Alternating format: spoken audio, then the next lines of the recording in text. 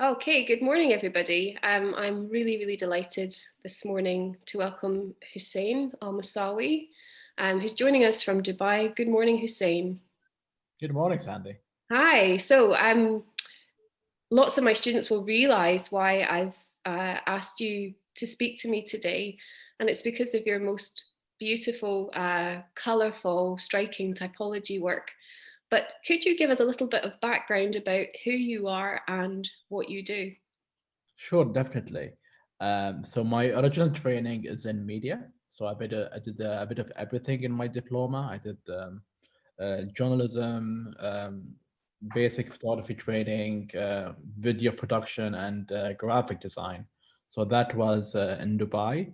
And after that, I thought I might pursue design further. So I went overseas and did my degree in communication design, which is graphic design, and carried on with doing my master's as well. Along the way, I worked with different types of businesses, ranging from art history museum to boutique branding firms.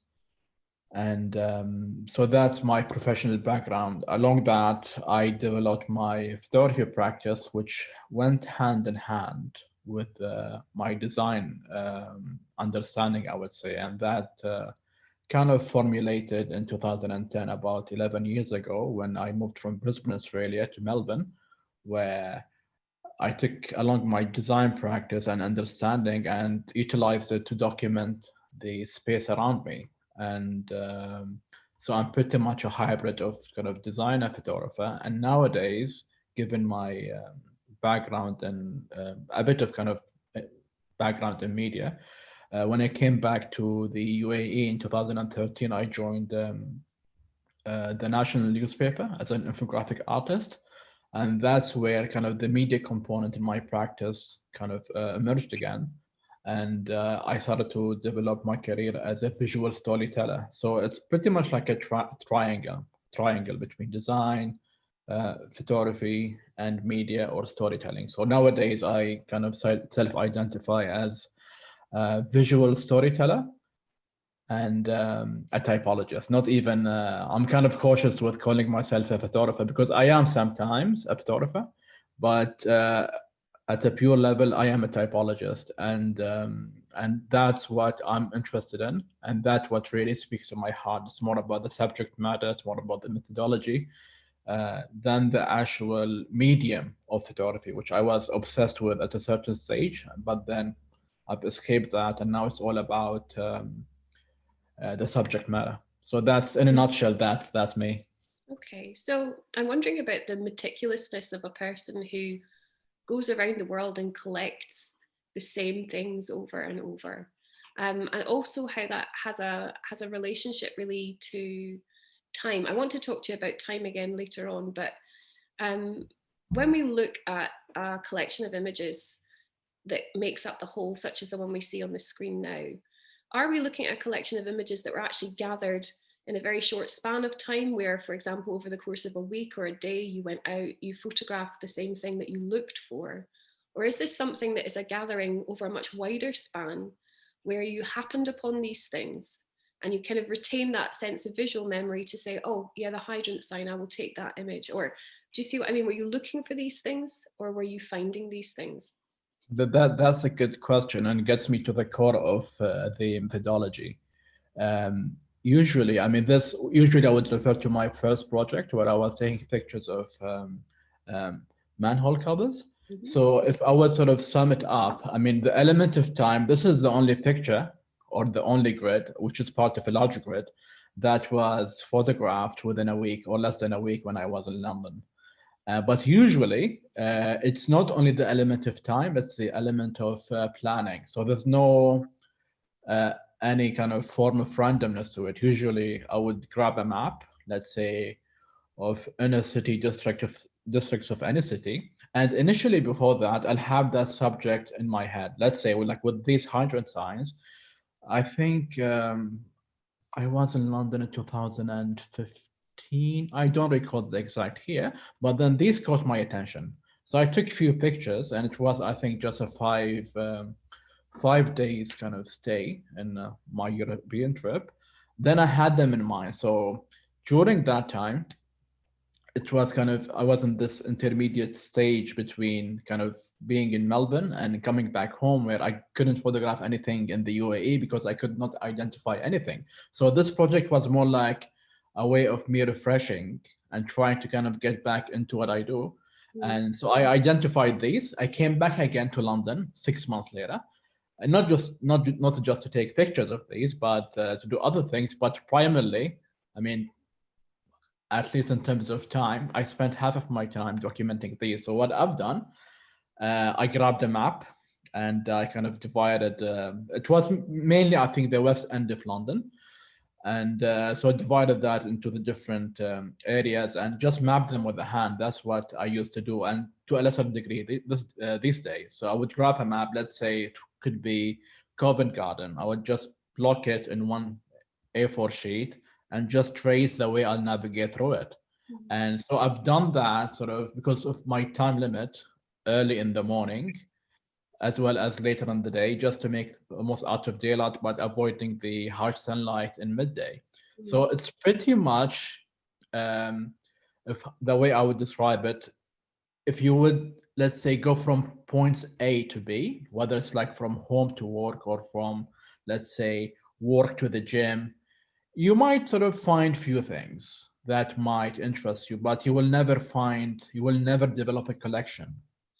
Do you So by see doing these individual images, much as they obviously then belong together, in the sort of systematic finding of them? I'm so amazed listening to you talking about this process you use to kind of make the search quicker. There's an expediency, obviously, to your system.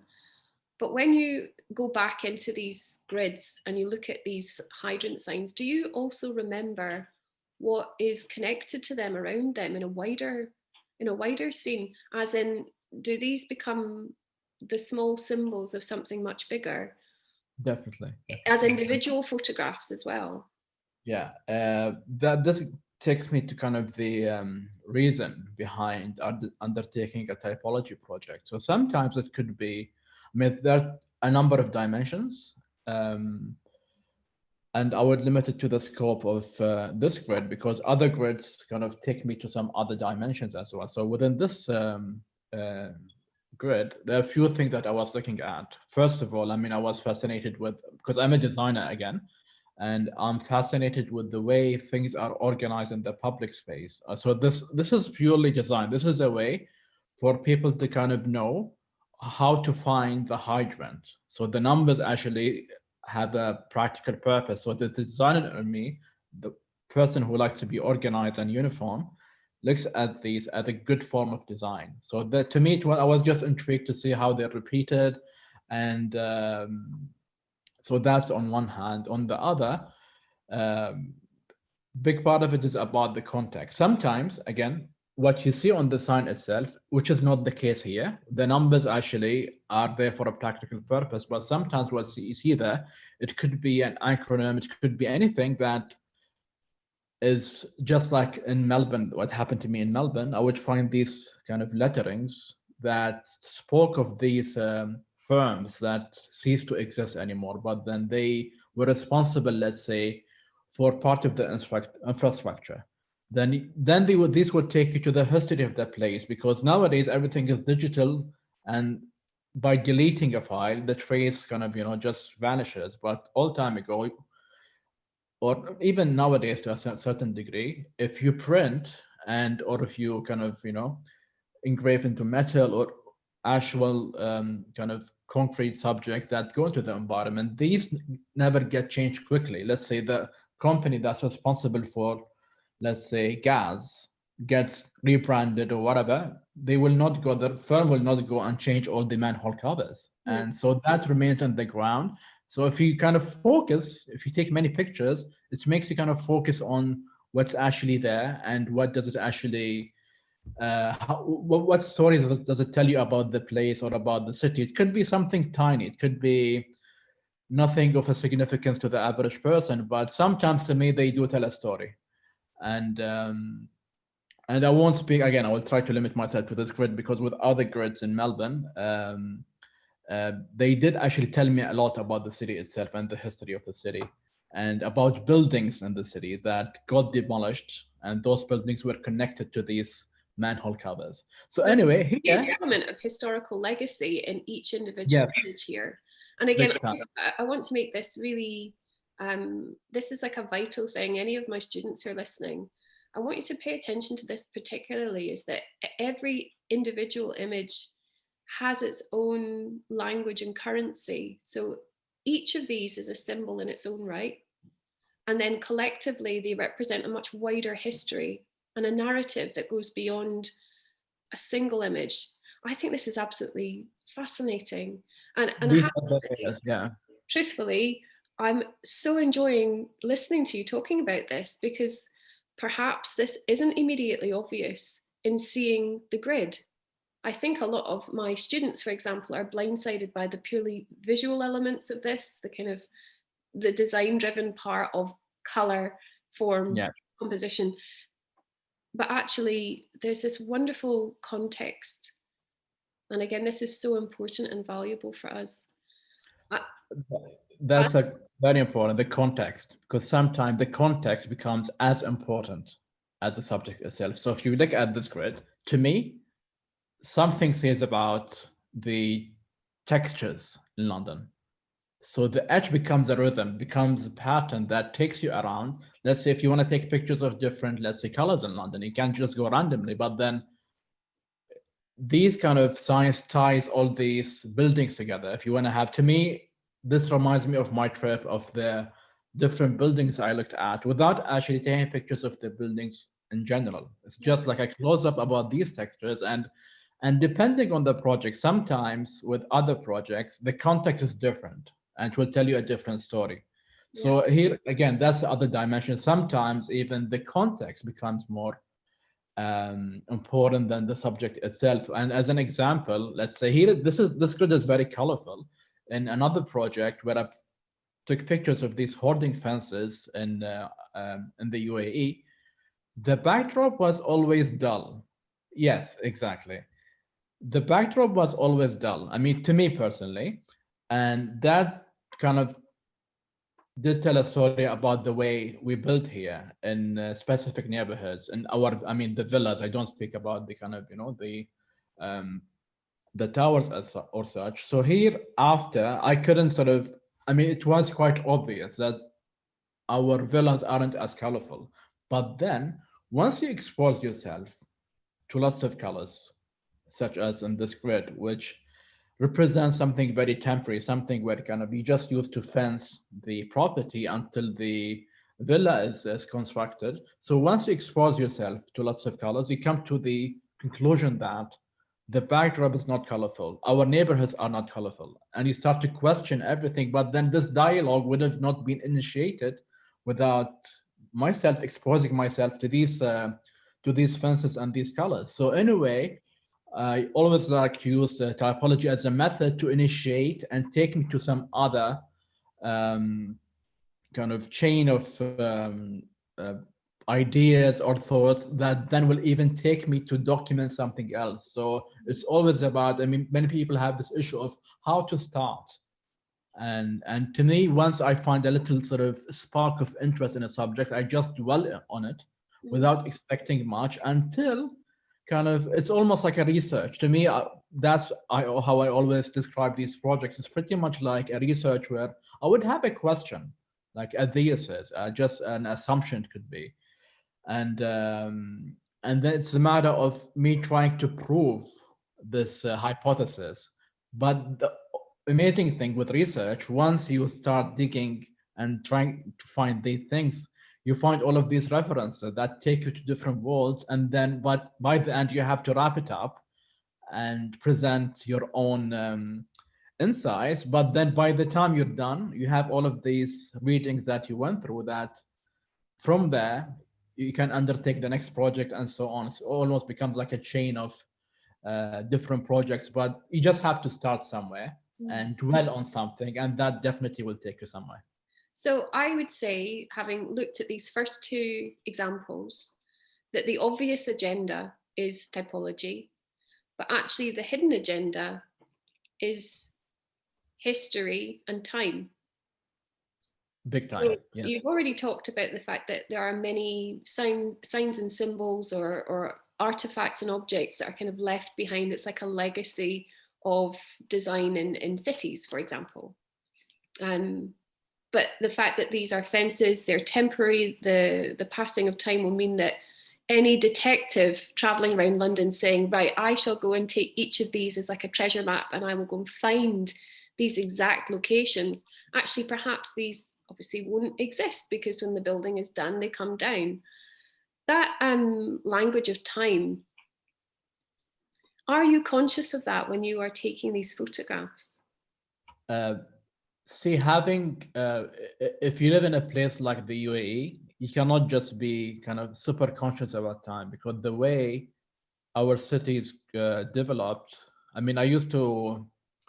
I lived only, I mean, 8 years overseas, and usually I would come back once a year, and I would notice not just new buildings, not or even new clusters of buildings. I would just, I mean, notice new blocks of buildings, and seeing that, whether you were living here or someone who would go on back and come back and forth, you cannot but realize the rapid growth Mm. that to many people they couldn't cope with it. They couldn't. I mean, things do change in terms of the physical space, but then the psyche is still kind of, let's say, 20 years back, because the city did grow quite quickly. So it's an element that in such a place where I live that you cannot but acknowledge. And the question is, how would you cope with it?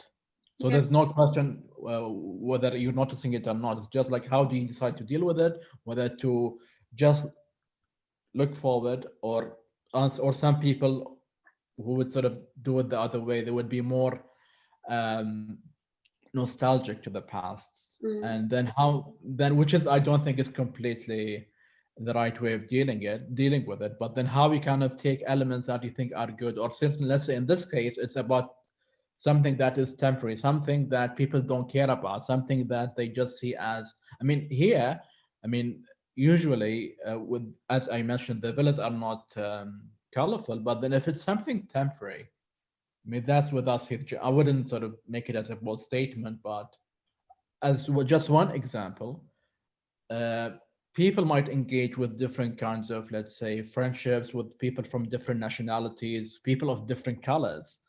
But when it comes to settle permanently and, let's say, find a partner, it will always be someone native, someone of the same color, of the same race, of the same background. Which anyway, this is again just sort of speak about that, where we can actually be colorful, but then when it comes to settle down or sort of represent ourselves formally to the wider public, we always project this very reserved image, which kind of, means we almost, whether we have this issue of duality, or the fact that we feel something is wrong when it comes to expressing our full color sort of colors, and which means you'll always have to suppress something Mm. and not express your true character, which I find quite troublesome, even when I'm in settings where I have to act in a formal way, which I mean, being sort of chilled and relaxed doesn't mean that you are mis uh, misbehaving in any way. It can always be colorful, expressive, and fully respectful of people around you. So that's one of the concepts that, as a person at least, I try to communicate. And this is a good representation where I'm trying to tell people, why can't we be colorful with things that are permanent? There's nothing wrong about having um, a house that is not even in terms of color, but even in terms of shape, in terms of materials to be different. Because I mean, you're not really offending anyone, really. I mean, Isn't it all what we have. fascinating the way that I could speak just from my own point of view, how identified I am with um, the built environment, and that though it's inanimate and is beyond my control, I see myself in it. And I say this as somebody who, like you, has lived away from home for quite a long time. And I live far away now from where I am from. in relative terms, of course, to the UK, which is tiny. But nonetheless, when I return to where I was born and grew up, I feel very disrupted by the changes that occur in the built environment, because I rely on a sense of memory of a place in order maybe to feel that I am myself. And I think for students growing up in quite small communities and in rural areas, perhaps there isn't the sense of change, and also because obviously they haven't been alive so long. But you know, I'm in my 40s now, and I think back to being, 10 and 11 in Scotland. Things are different. There's not the sense of rapid change you would have in UAE, but in Scotland as a whole, there's been lots of regeneration and improvements in the big cities, especially Glasgow. Yep. I'm always amazed at how disturbing I find it to return to what I think of as my home, and find that some aspect of it that I've hung my identity hat on has changed. Yep. I mean, I've read a lot about you describing this feeling of returning to Dubai after your time of study and being away, and not feeling like you belonged anymore. It's interesting that you mentioned that, because yesterday I just got this article published in a newspaper named Arab News, and they picked on that element. I mean, I try not to usually dwell on that element, but then they found it as something. I mean, it wasn't. It was. I think it was in the kind of sub, not in the heading, but it was a key element that was highlighted in the article. And yes, definitely, that is, to me, undertaking these projects did help me to reintegrate, because I came back to a place that I could not identify with. I mean, at the point, I mean, as a person, I'm not speaking as a designer or as an, let's say, an architect, just as an average person who connects to a physical space in an average way. I just could not identify. I was, especially that, I mean, I had lots of friends and sort of former classmates who somehow, other than being and living and witnessing the growth, they were kind of part of it. They helped. I mean, whether it's a friend who's worked in a bank, who helped to fund one of these projects, indirectly they were involved in them. So there was a sense of ownership to what's happening. And I didn't have any of that. And I thought, somehow I need to kind of reconnect. And obviously, the usual way as human beings, we have to connect with other human beings. But even that was a bit challenging to me, because I came back with many different ideas and I wasn't sure these were acceptable. So I use photography as a mean to connect me back. In these kind of classifications, because I mean, a typologist is working in a process of categorizing. Yeah, it's yes, it's pretty much, if we would sum it up, it's the systematic classification of types. And but have you ever, when you speak about this idea of friendship, do you see buildings, architecture, these kind of artifacts, do you see them as representative actually of people? Are they quite sort of personified in your mind? It is, yes, definitely. But that has been distorted nowadays. And let me explain why in brief. If you build your own house, then definitely that is an expression of you to some degree. Obviously, you might have an architect, someone to help you out, but then the house would, to some degree, at least even if you didn't have much control over the building itself, maybe a bit of the landscaping, a bit of what you decide to surround the house with. Yes, so it does to some degree, or to a great degree, especially with this grid that we can see here, because most of these houses are personally built by their owners. They would find a contractor, maybe an architect, but they will be in charge. So they do reflect that. However, and that's a global phenomenon, that's not limited to Dubai or the UAE. Once you have massive developers, and they would have like this massive block of land, and they decide to build according to different criteria. You would have lots of stakeholders in the project, and then you end up with something that pretty much kind of reflects the or one needs to address the return on investment as a first priority. So then doesn't become a reflection of character, doesn't become a reflection of the place, and even in terms of responsibility or being responsive to the environment, that just doesn't take place unless the firm itself decide to self-impose some rules or some internal policies where they decide to build in a specific way, and which this building is a good example. So seeing it as a facade, I mean, to Dubai's modern standards, this is quite visually pleasing. However, this building has been developed along with other cluster of buildings that look in a way similar, where the color orange keeps repeating, but then the forms themselves keep changing. But if you go to one of these neighborhoods where these buildings exist, you can tell that these have been developed by the same developer. And it's from a visual point of view, again, it's quite uplifting to see a firm that is actually at least having that dialogue internally and do something about it, because most of what you see is just random buildings that are just built for a return of investment. There doesn't seem to be another element. And this is a good, I think, good match where I'm not sure by global standards if it's a good thing, but for Dubai, to see a firm, not an individual person, an actual firm who is actually engaged in creating something that beautifies the city, or not as individual buildings, but as projects, as a group of cluster of buildings acting together to add something to their environment.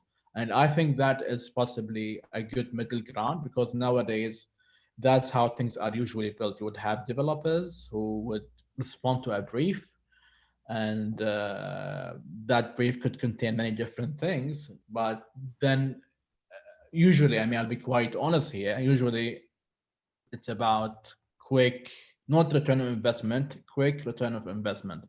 But so if that is taking place without someone imposing any policy, let's say an authoring body, government body that would impose or regulate and tell these firms of that's how we should be building. We have to maintain the character of the city by having these elements, which might not be difficult to follow because they are not structural. They are pretty much something that looks something that's just a look, something on the facade. But that does not exist yet here. So we did lose a bit of that individuality when it comes to the main business district, where things are pretty much in charge. Real estate developers are pretty much in charge of how the city will look, and as individuals, you don't have any much of a choice, especially when vernacular architecture does not kind of exist in such places where you would not interact. You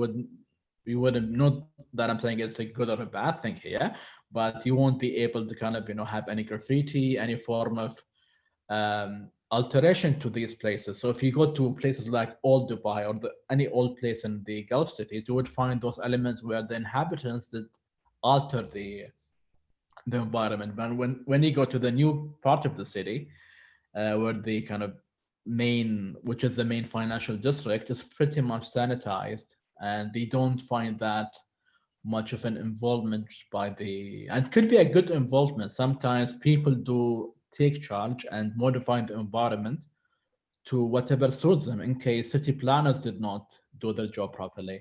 But when you look at things like this and you go to these places to make these photographs, obviously, again, purely visually, we've got system, we've got organization, shape, that to me would appear to be the thing that is most pleasing to you. But I wonder, when you go, like in this photograph, I particularly love the door that's open, because there's a sense of kind of rebelliousness or defiance to the form. And Right. when we're looking at anything typological, or indeed even architectural, that has a very distinctive repetitive rhythm, you know, maybe it says something about the viewer or the personality of the photographer, that there are these kind of miniature acts of defiance within the frame. Did that door being open annoy you, or did it please you? To be quite honest, many people did notice it. It did not register with me. It did not bother me. It did not please me either. And to me, it's all about, now we're getting a bit technical, it's all about finding the right conditions to photograph the building objectively without including the context. So to me, if there was a light pole, I would remove it. It would be quite a difficult job, but I would remove it because I'm focused on the forms, on the design forms. Let's say if I take pictures of this building in midday, the shadows will overtake the forms, the design forms. And if it's a bit more towards sort of sunset, a bit late, maybe 15 minutes after this picture was taken, then it would be a bit too dark to reflect these colors. So this takes me back to the objective of this project, which is to document and create this pool of pictures or this typology that would be provided to architects for them to analyze. So I'm not, at least in the scope of this project, I'm not interested in the context. It's all about photographing these objectively. And what I would always sort of describe it in a way that when I say, I would not have, let's say, I mean, I wouldn't take pictures of these from an angle. I mean, obviously to represent them evenly, but then there's even another reason where I don't want people to see my own sort of, because from an angle, this building, which was, I think, the only building that has such a quality where it would keep reflecting light differently the more you move around it. So I did witness that, and I did take a picture from the side as well, but for my own, like, just for me, not for the sake of the project. So to me, that angle was possibly even a bit more interesting. But then this project is not about me. It's all about boosting the egos of the architects and showing that in an even way. So when you look at these pictures as a grid, it's almost like these characters of the different architects kind of competing together, but creating this nice uh, mosaic of facades. And then, yeah, it's about, so when it comes to the window, I mean, some people might see it about being sort of rebellious. It's about the sense of individuality and such. That could be an element there, but then that is not part of the scope of the project. I mean, it could be another project where I would chase open windows, Yeah. maybe. But then this project is very structured in a way that I would look at three different elements possibly, which is, I mean, light, the angle itself, and in a way that they all look consistent and even in their presentation. So in this case, I don't think the open door does take away from the objective of the project, because it does not disturb the way you look at the design of the building. I mean, you can see that it's an open door, but then it does not, to me, break the. It does not disturb the way how would perceive the building overall, but might add an element of individuality to that individual who decided to open the window. So In some that layer. I saw that there was a commonality between this and this that wasn't just purely formal, that was actually contextual. So I completely understand this is a recording of something physical for the purpose of it being a physical space. As you say, it's to kind of support the architects, to show something of a city, yes, but that actually between here and here, and again, because of things like the open door and the green watering can and the table and chairs, gradually, going back to what you were saying before about this idea that, in a temporary way, people try and stamp who they are. Sorry, I think it was. So in a temporary way, people always try and emerge somehow from system. Sorry, I think I disconnected at the point when you were just about to describe the commonality between this picture and the previous grid. So I missed pretty much most of what you said. Okay, so I was talking about how when before you mentioned that in impermanence, people perhaps have a different kind of confidence to express something.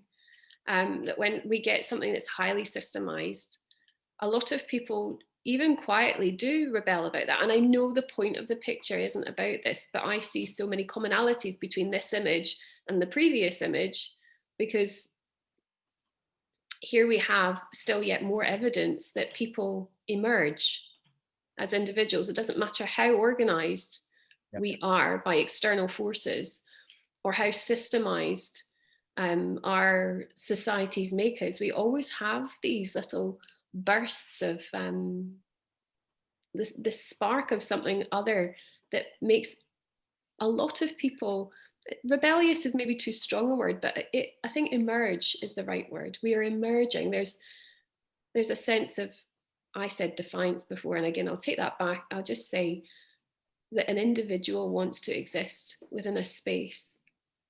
The person wants to be themselves, no matter how methodical the world is around them.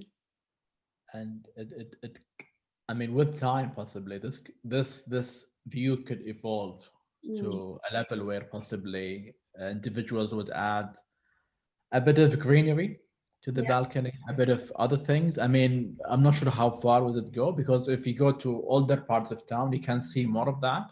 And but then possibly, I mean, most people sort of acknowledge that this is a modern building and it's very kind of glittery and such. So we might add a bit of character, but then we might keep it toned down. And but then that's, I think, by itself is it could be a separate project where you discover the interaction, how people interact with their environment, whether it was, I mean, obviously most people exhibit that character sort of within the interior of where they live, but then how do they express a bit of that, whether it was through the entrance, the windows, and I think here it gets a bit complex, where each type of building to a certain degree will impose I wouldn't say rules, but would impose a certain kind of behavior on the person, and they would, let's say, this person would add greenery to the balcony. If that person lives somewhere else, how would they behave differently if they had the same space for a balcony? Would the environment? Would you say that your photographs in themselves, as a much wider collective, are actually about human behaviors? Possibly not the current project, although I would love to say that. Although I am actually interested in that element, but not in the scope of this project. Let's say, for example, I am actually interested in interviewing people who lived in many of these buildings, and just for them to talk about the experience as well as take pictures of the interior, because facades don't speak about the building in its total. There are so many other elements that speak about the building. So it could be the individual units, the way it's designed from the interior, but then at the floor level, like what kind of shelves you have there. And so that's, again, there's a human element, obviously, that I am interested in, definitely, but not within the scope of the current project. And that's something where I want people to come over and help me with. Because even with the limitations of my scope, I still need quite a bit of time for it to reach, I would say, I wouldn't say a conclusion, but to mature a little bit. Because at the moment, I have this collection, which I would call the first classification, which is towers, but then I do document low rise, and to a certain degree, I want to document villas as well. And so it's actually, it's quite an enormous project for an individual who is not freed full time to undertake it. So that's why I always have to limit the scope for the purpose of having a result at the end. Because if I get scattered, although, I mean, there's so many elements, so many things that you discuss here, and many people talk to me about. I am very much interested in them, but I'm equally committed to completing my project and having an outcome. And otherwise, if I get, oh, maybe distracted is not the right word, but if I get my head to these many different things, yes, I will work on them, but I cannot guarantee an outcome. I cannot guarantee this, because at the end, I do want to create a grid. I do want to create a grid that looks good. And at the same time, I want to create a grid that would show people something that might help them to come out with a conclusion about the facade. So that is like my scope. And again, I'm limited because of it is to do with time. If I have more and more time, I will dig into these many different aspects of because this is pretty much, the facades are a window for you to look at the subject in many different ways, and they do open many different windows. But then the question is, again, it's about being constrained with time as well as geography, because these buildings, I mean, my scope is the entire country, which means me having to drive to many different areas. And other than, I mean, before taking the pictures, I have to identify these buildings. So it is quite a long process just to get one picture right. Sometimes it means me driving for hour and a half or 2 hours. And then you reach the point, and for some reason, the weather changed, possibly from being a clear sky to being a bit more dusty, which makes taking a picture a bit more difficult and getting the colors more difficult. So I would drive for 2 hours without having being able to produce just one picture. So the process itself, I don't speak about the technical part, but the just creating one picture does take a lot of time. And that's the reason why I always like to limit my scope in order to be creating more and more pictures, which again is not a rapid process. I do have a question about this kind of idea of limiting in order to make really beautiful, accomplished images. And it links to formalism, like any kind of type of formalism and to the process of formalizing. Is one also minimizing? And I don't mean that in a shrinking way, but almost as a minimalism, as a kind of philosophical minimalism. Would you consider yourself to be a minimalist? Definitely, and for a reason, because it gives me clarity, and I do that not just with this project, but overall. I like to minimize and simplify. I mean, it's part of the design process is to simplify, or the actual term is to subtract elements for you to focus on the element. I wrote down words about you just to kind of, really try and help me navigate through all of this work. And I did put down subtraction and uniformity, but I also put distillation. To me, you're distilling something. And that's why I asked about minimalism. There's a sense that minimalism is all about white spaces and nothingness, but actually it is about a reduction and a taking, a very conscious taking away. I think that's very useful for my students, both of typology, but also of architectural photography, that really less can be so much more. And what we've got on the screen now, I know you've said to me that this is actually part of a much bigger grid again, but just to look at, these images in a slightly zoomed in way so we can see more of the individual aspects. You said before, it's almost like you're not part of the outcome, that this work is not about you. But is this work about you? There's a bit of duality here. Definitely. I mean, it is about not about my own story. It's about me, definitely. It's about the way I think, the way I look at the city, or at least about the way I attempt to understand the city. Because by the end of each project, I mean, I do start with a certain perception, and I end up with a different perception by the end. So it does reflect my thought process to some degree.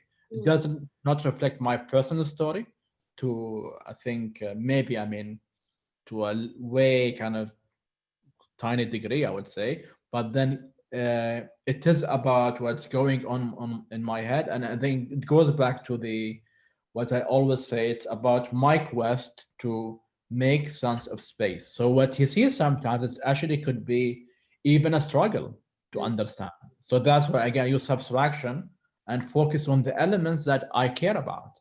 mm, And what usually happens is things do branch out. People sort of keep giving me these ideas. I'm like, yes, I'm aware of all of that. I do read about them. I used to have a pile of books. They're a bit distant now, but I do read a lot about the context of mm. these buildings, about the social change and such. There's so many things that have to be aware about, but that doesn't mean you have to go and undertake a project in everything that interests you. You have to have your own calling. You have to define, because if you don't define it for yourself, no one will define it for you.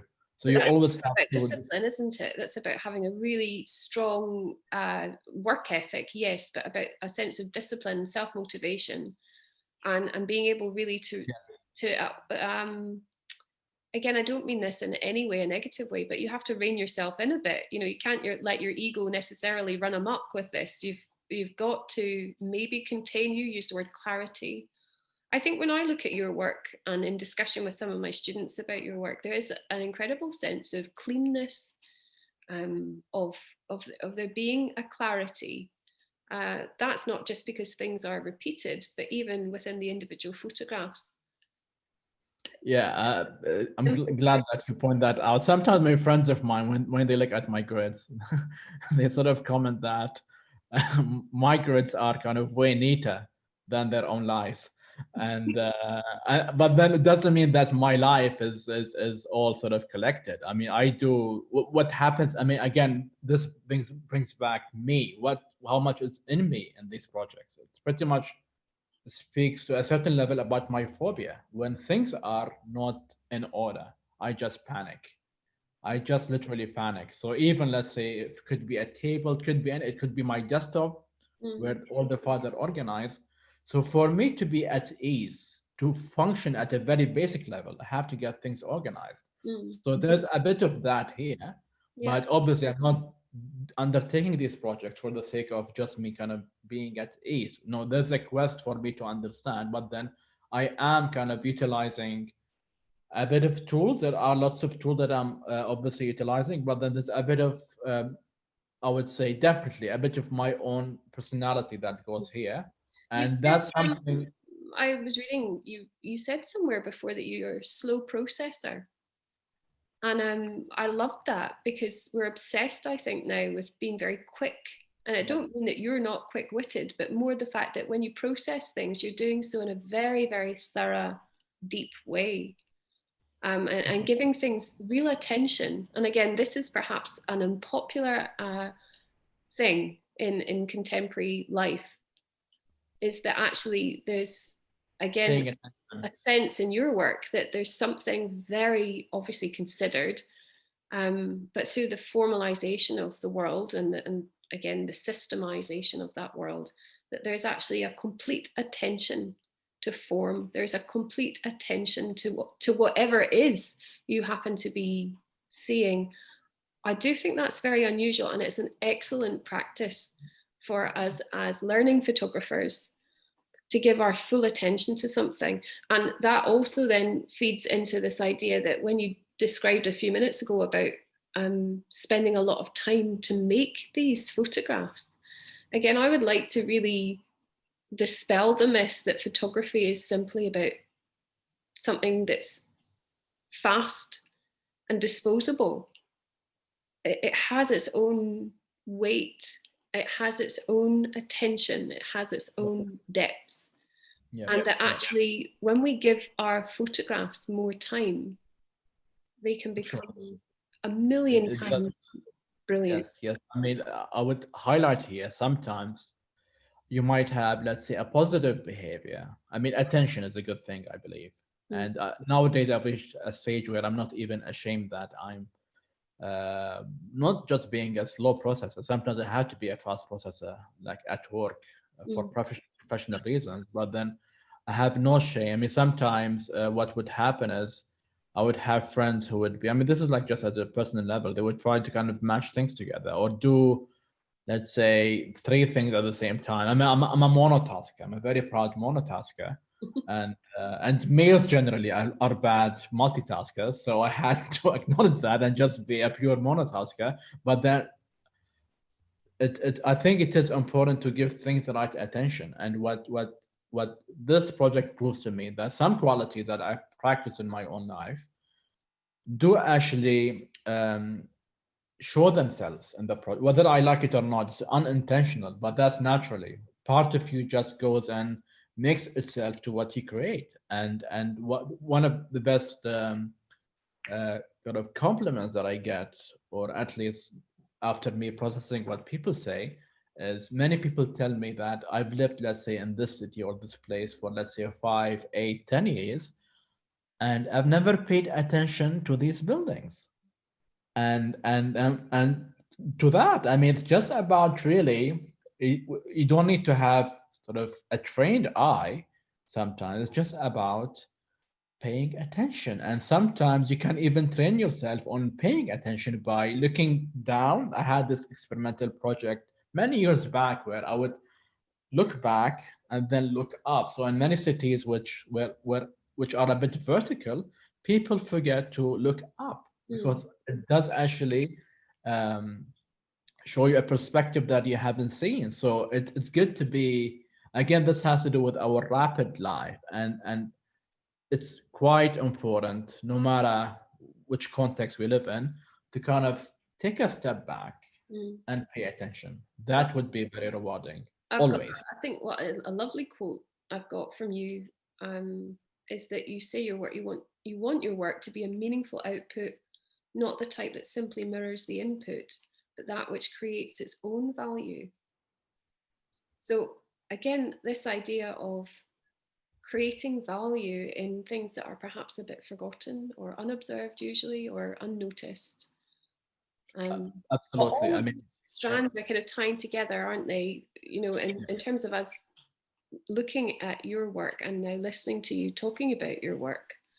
And by the way, again, for my students particularly, you know that Hussein's got a really excellent website, and there's also lots and lots of articles about Hussein's work in the press and media, you know, over the last, particularly last 3 to 4 years.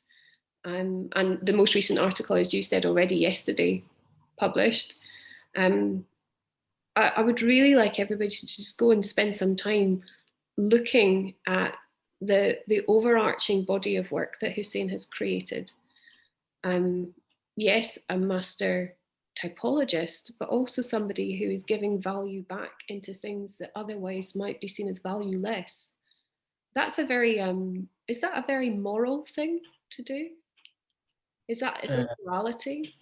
I mean, there is. I mean, I tend to kind of describe myself as having that as a strength, having a moral sense. Not that I would say that I am, but that's at least what I try to do. Mm. I think it's a big part of it is about acknowledging. You Mm. need to acknowledge. You need to uh, not protect, but be aware of your surroundings. Be grateful, because Mm. sometimes what happens is you would buy something new, while what you already have is just does a fine job. There's always this need to get something new, or even think in a new way, Mm. and Well, and that's so connected into that, quickness, isn't it? It's this idea of yeah. exactly, without making. I always sort of, because I love cooking a lot, and I use lots of my I've kind got of another quote analogies. about that. It's about food, it's about sometimes let's say uh, instead of having a whole apple, munching on an apple, you would sort of take the skin away and juice it, and lose the most sort of beneficial part of it, which is the skin that contains the fiber. And we're very big. We're very kind of as modern societies, we're very big on that. Just be quick, not don't make the most out of things, because making the most out of things mean you having to take things possibly a bit slowly, or sometimes I think we're just a bit lazy to give it Mm. some thought. And so it is good to. I mean, again, I always try to say that I'm not nostalgic. This has nothing to do with nostalgia. It's about acknowledging the value, possibly, that any society, any environment has, Mm, and try to kind of look at it not just as being old, but looking at it as being valuable. yeah. And because sometimes you obviously need to progress, but then if you don't have things right in the right perspective, this won't allow you to take the next step further. You always have to take a next step. You always have to evolve. But then without having a concrete idea of your current state, then you really cannot, I mean, you might not be going forward. Mm, It's all about having the right compass, the right direction, and each person would do that differently. And again, it's about uh, taking a step back yeah. whenever possible. Adding the right component parts together, of course, as well. And you know that that's your skill, isn't it? And I mean, the thing you were saying about cooking, there is something you've said in another article somewhere about this idea that kind of like there's this collision between ingredients and chemistry. And you obviously have a chemistry with all of these objects, all of these otherwise inanimate objects. You animate them through your seeing of them, and you bring them to us, which I always think that's a real kindness. And it's something that we don't think about, is that artists are bringing the world to show you. You know, if we think about a little child coming up to you and saying, you know, like my daughter comes up and she says, "Mommy, mommy, mommy, I've made a drawing. Look at this." You know, would I turn her away and say, "I am not interested, and that was a mean thing to do"? Actually, that sense of sharing the world, that's a kindness. Um, You're sharing your insights. Yeah, yeah, and you're really. sharing so many things with us all at once. And if we think of going back to this idea of typology, if you think about your typologies, you've traveled over a city. You're not just showing us a kind of good looking architectural landscape, you're actually giving us plot points on a much wider map of experience, which is very generous of you. I'm quite glad because I cannot acknowledge that myself. I mean, I'm because sometimes you create something and you don't know the value, the full value. I'm very happy to hear that because sometimes I cannot know how would the work impact people, and Mm, sometimes it might be something that was not intentional on my end. I would just do it for the sake of, let's say, having my own purpose and objectives. But then it's always good to hear that people perceive it in such a positive way and look at elements that I've never actually thought that they would be of a benefit. But then this has to do again, I think, a bit with the medium of photography in this case, where uh, let's say with this grid, it does somehow take you to this place. And these buildings, by the way, they do exist side by side. mm, They're not from different places, and it does create an impression which could be false or and true at the same time. It does create a perception that is sometimes not being drawn in such a way. So as you said, possibly I combine it in a way that shows you, let's say, this neighborhood in a snippet. And to me, that's just like my way of doing it. And but possibly to some people, it does give them a better idea mm. of absorbing a specific place. And You, that do you think that other typologists are intending the same thing as you? You know what you're saying now, this sense that you're bringing it all to us and you're showing us it all at once as a means of understanding a place. I'm wondering about the Beckers. Were they trying to show us a place, or were they showing us objects, or were they simply showing us form? Um, and as a kind of addendum to that, I would want to know, and I know my students have definitely asked me to inquire on their behalf about who your main inspirations have been. it is the Beckers actually. Mm. I always in any presentation I always refer to them as being the, because what they did is, I mean, typology always existed even nowadays, Mm. and it's not limited to photography. As a typologist, you might be collecting objects, something that I've done for a while. and you might be having them in boxes and then display them in a museum without having to take any single picture. So you're a collector pretty much, but more of a systematic collector.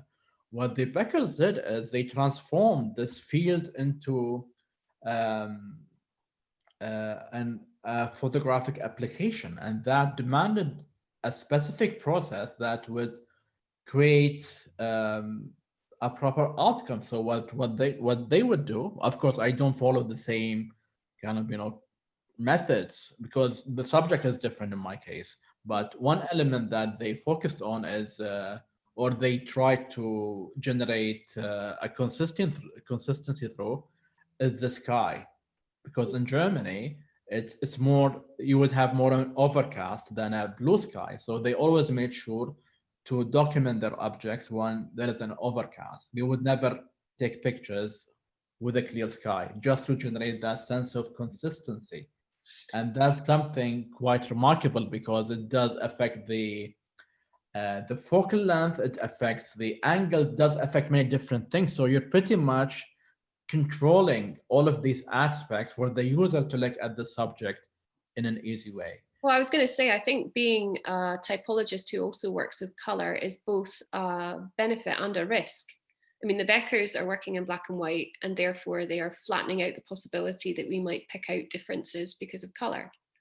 Whereas what you're doing is you're shooting everything in color and allowing the relationships between colors and the commonalities of colors to stand out. But at once, you're also giving us the chance to pick apart, almost like your thesis on this is a type, because there are so many different colors. You know, even in the hydrant signs right at the beginning, yes, that sign is yellow with a black H, but surrounding it, you've given us lots of cause to pause on color. Yep. That's one of the things where I kind of highlighted where something that doesn't exist with the Becker's work, where I'm very big on color and documenting color. And I mean, I try not to be colorful just for the sake of being colorful, but then I document what I see. I'm not adding any color. I'm just documenting what I see. But then it for you to kind of focus, because I did talk about the form, let's say, when I talked about not taking pictures during midday, because the form is quite important. But then I think color is not something just emotional or just visual. Color is data. It does give us insights. It does add something. It does. If you add up all of these colors, they could give us a specific conclusion about a certain place. And to me, I mean, I have a personal connection with color. I always believe in being colorful, and just I think that's just me. But then I want to document a bit of that. And to me, it's not just about the form. It's about expressing the surroundings to the full. And that's where it's also very, obviously the form is so significant, but I'm just going to ask you a little bit about social media. I mean, your work obviously lends itself to the Instagram format. You were grid ready from the outset. So yeah, how has that kind of platform benefited and hindered you? that's a good question. As you mentioned, I was grid ready, and for maybe 4 years, I was just posting pictures from my archive. So when I was in Melbourne, I've never shared that work that I've done there, and I have, I mean, in terms of scale, I have way more pictures taken in Melbourne than taken in my own country. But that had to do with the subject matter itself, which was very tiny, where I managed to accumulate a great number of pictures that possibly at an individual level, possibly they don't have either that great of a value, whether it was cultural or any other value. Let's say a building, I mean, to the general public, I never had a good reception until I started taking pictures of a large subject, which is the facades. Before that, I was doing, I mean, with my latest project, I was just doing what I'm doing. But then I noted that there is more of a public interest with facades, which worked very well in my benefit. Anyway, but going back to your question, yes, I was grid ready, and to me, I always like to kind of describe social media in general as a means of marketing the project. It's not an end by itself. So many people who would, let's say, post on Instagram as an end, which is not wrong at all. I have no issues with that. But to me personally, it's a mean of marketing the project. So I will not show everything. I will show a snippet that would get people. It's almost like a trial. You Yeah. would watch a minute trial, and then that would catch you. And Mm. that's by itself is not, it doesn't give you everything. So then my goal is for people to kind of talk to me, go to my website, read about my work, because at the end, what you see on social media is a good way to communicate what you have, a bit of what you have. Again, being focused again, I'm not sharing anything else other than the facades now. And I cannot even share land, sort of low-rise buildings because they're very panoramic and they will not do very well. And so that, and in a way, showing the high-rise did help me because with Instagram, you have the verticality, the pixel count does make a big difference. If Mm. you maximize the user pixels on Instagram, then that means people will get to see more and react more. That is just human psychology. So I took advantage of that, obviously, and but without kind of with time, the more you become, I don't want to use the word accomplished, but then accomplished within possibly. The more I create work, the more I see the value behind what I do. I take a bit more of energy from my account because I know that could be a bubble. I'm always trying to escape that bubble and use the account only for the means of communicating specific things. And I don't want to keep posting every day. And I mean, nowadays, I mean, could be my rate is one picture every 3 months, and that because I cannot be there all the time, obviously. But then there's even a little technicality where I have a contrast between one picture and the other. I cannot have three blue-looking buildings side by side. I always like to create that contrast. Mm. So in a way, being grid ready again, it did work to my advantage. But at the same time, I think uh, many people aren't, most people, I would be quite frank here, although many do receive the project without them even being aware that it's a project, they do receive this collection in a positive way. There isn't much interest in the depth and what let's say what we've been talking about for the last hour or so, which is fine. It just only means I have to be aware of that and not invest way too much in a platform that will not actually Mm. give me back. So I have to be focused on the way I use it and possibly target. I mean, for a while I was targeting specific. I wouldn't say specific individuals, but I was targeting, let's say, group of people who would give me projects, such as the one, a picture that was taken for such a project here. So the idea is I do want to, let's say, which brings it back to the other topics. I am interested in other topics. I am interested in taking pictures of people. So through this project, through, let's say, Instagram, I market myself as someone who loves architecture and I'm doing this project, but that doesn't mean I'm not open to get commissions for other projects. So with this project, um, the people who or the organization that commissioned me or even the individuals that commissioned me had no clue that I can actually take pictures of people. They only seen my facades pictures, Yeah. and they thought we have this project about architecture, then let's get someone who documents architecture. But then I'm not sure whether they weren't fully aware, but this project was pretty much about how people define spaces, not the way around, which demanding a good understanding of how to take portraits and how to take environmental portraits where you show the people as well as their surroundings. So Well, anyway, I just want to make it clear though, if people are looking for this, this is part of the Spaces of Coexistence project. Hussain has a specific tab on his website. You can go and look at the other photographs, and they are up to a point different stylistically, but I put this one in because I find this a fascinating representation of the same formal elements.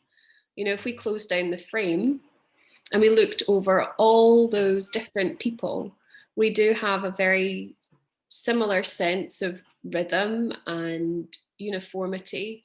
And that one little boy standing up becomes the open door in the facade earlier on. So maybe this is me putting too much of myself into looking at your work, but I'm always seeing commonalities, even in work that is maybe self-consciously different. It's unavoidable that you are present in this and that the same kind of codes and conventions that you enjoy. That's very true. That is very true, because I do kind of implement lots of uh, I wouldn't say style, but approach to some of the pictures in this project. Because at the end, you have the architectural element. Here, obviously, I want to show people, but then let's say if you look at the bottom part of the frame where you have a carpet, and that could have not been aligned, that could have been a bit more angular, that would not sort of, that will take your attention away from the subject matter, which is the people. So that's where I've got the symmetry, this alignment taking place, but for another purpose, obviously. So the whole, it's almost like you have a set of vocabulary that you use in a project, and then you repurpose another project to yield a bit of a different outcome, or to achieve the communicative objective of the other project. That's definitely true. I've been trying to escape that a little bit, but then the interesting thing that you say here, within this project, I discovered that I had my own project, which is pretty much more or less is a typology project, but I could not focus on that to the max, because just to give you kind of a quick brief, this project took place within a very short time frame. So I've had 40 locations that I've covered within about 2 months. And with many of these locations, I did not have the proper access. I didn't have the opportunity to do the architecture in one day and then take pictures of people the other day, because to take proper architectural pictures, you need, it's pretty much the opposite of, technically at least, of what I do with my facades project, where I would need a wide angle lens and deal with the subject matter in a very different way, that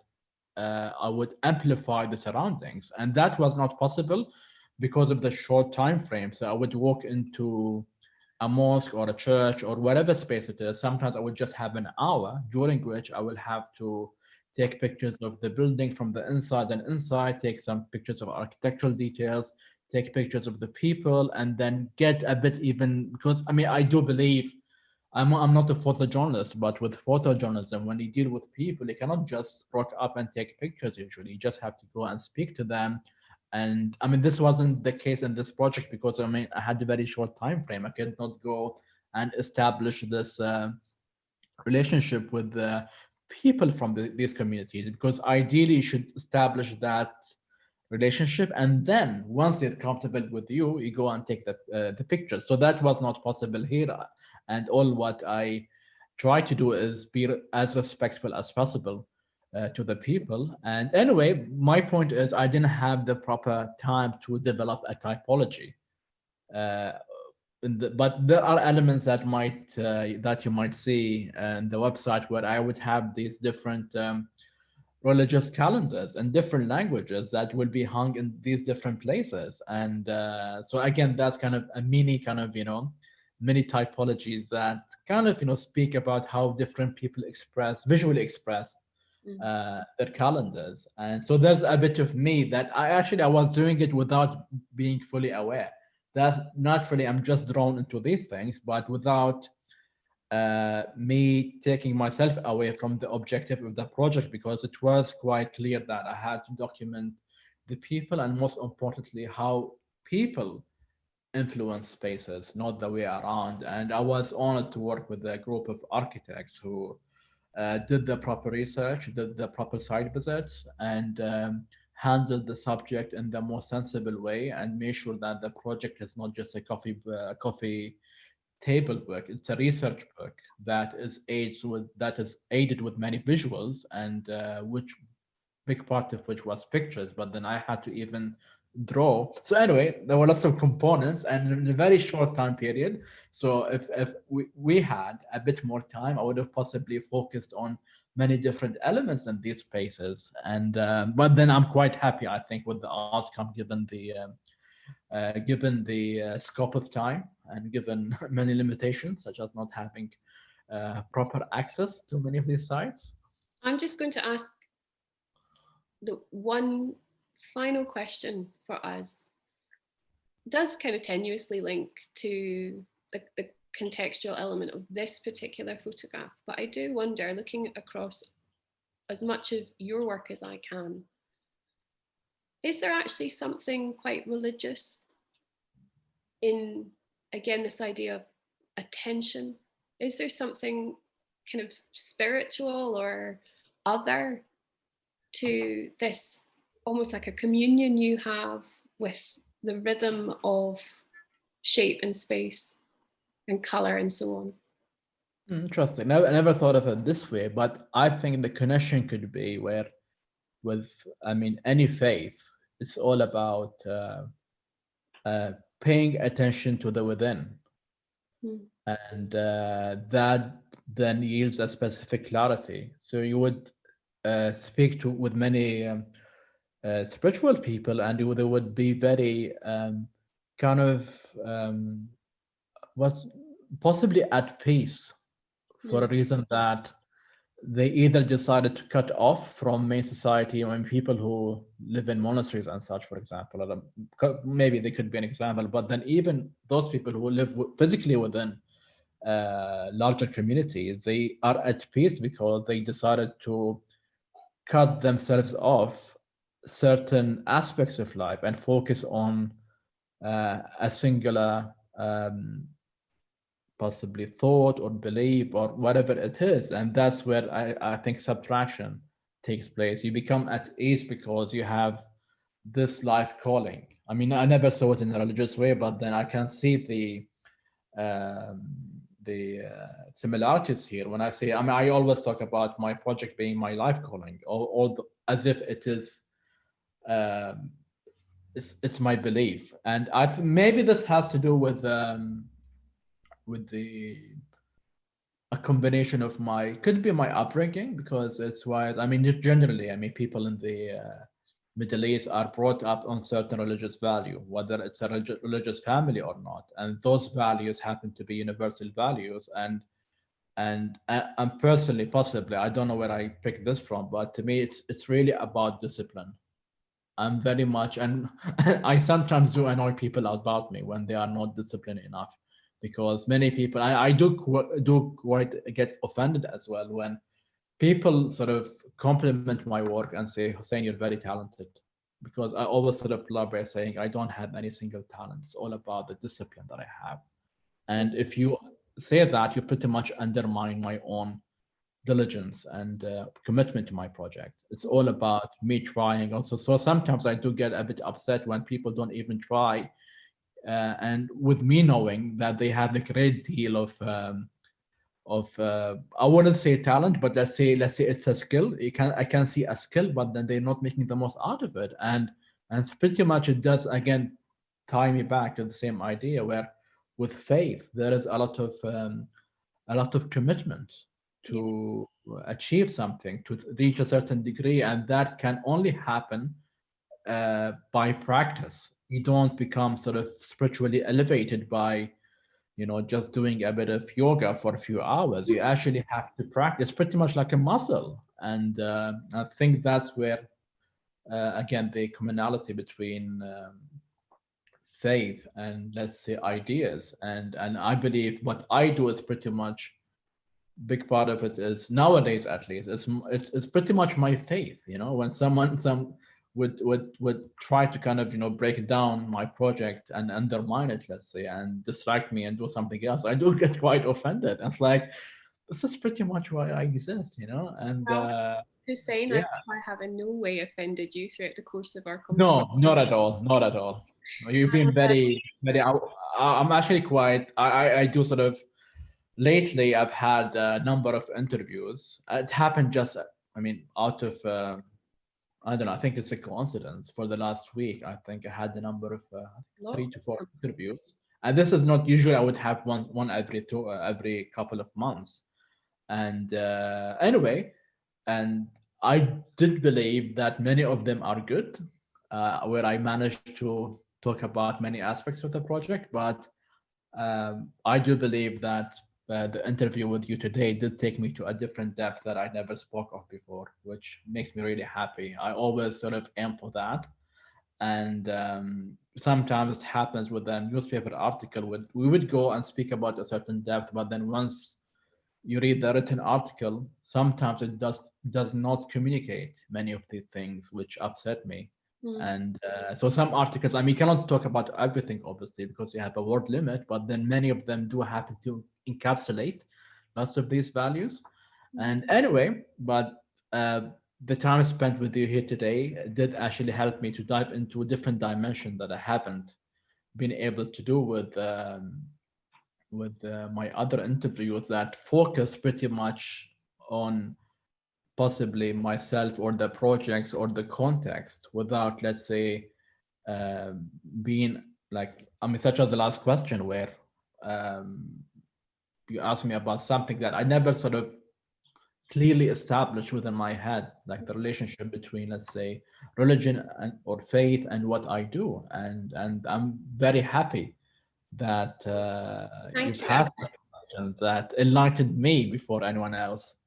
Well, no, but I would like to say that on behalf of my students, thank you very much for answering so many questions. And for me, thank you for this co-inquiry. It's really, really lovely to talk to you. And it just remains for me to say, thank you very much, Hussain, a man of incredible clarity. Bye. Thank you, Sandy. Thank you so much. Take care and be in touch. Thank you so much.